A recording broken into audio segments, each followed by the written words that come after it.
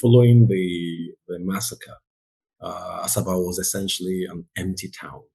It was a town devoid of men because a lot of the male population that were actually physically present had been killed.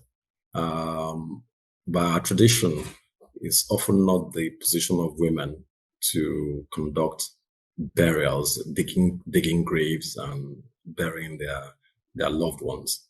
So you had a situation where the women were going to Ogbosewe, which was actually one location, but you had the survivors, mainly women, going in sort of wheelbarrows and going to those places and essentially trying to, because apparently it took about 2 days before the mass graves were now dug. So people were actually still piled up there.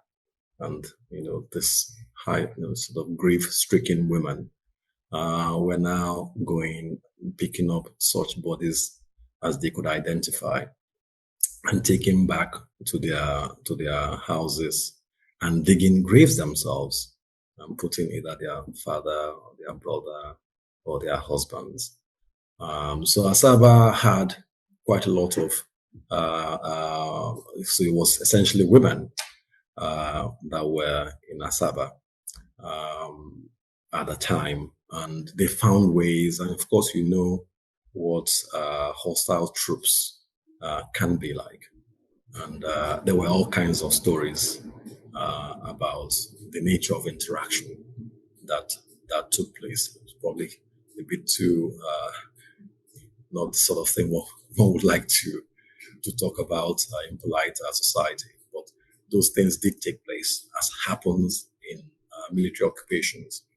And if you have a minute or so, I would actually sort of give you an illustration of how this particular aspect found a very, very funny expression. Many years ago, the king of Asaba, the gentleman that became the king of Asaba in the 90s, 80s and 90s, was actually a distinguished medical practitioner. And as part of their findings, they came to a conclusion that Asaba must be a very progressive town because unlike other places they had visited, this was the only place they went to, and women seemed to own their properties. They seemed to be landlords, landladies, unlike other places where it's normally men that held our property assets.